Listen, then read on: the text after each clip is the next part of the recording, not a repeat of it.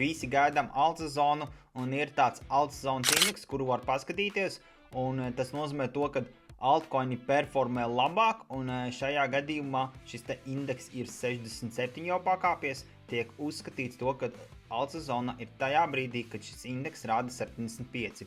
Šodien iznāca PPI dati, un tie bija zemāk nekā bija gaidīts, kas attiecīgi, protams, norāda vēl vienu lietu uz to, ka procentu likme tiks mazināta.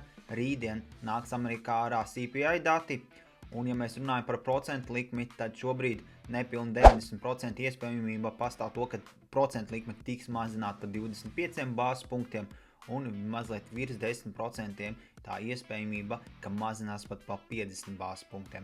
Baltkrievijas prezidents Lukašenko mudina bankas paplašināt kriptovalūtas izmantošanu, jo sankcijas ietekmē ekonomiku. Vairāk par kripto atradīsi www.kriptonumur1.lv.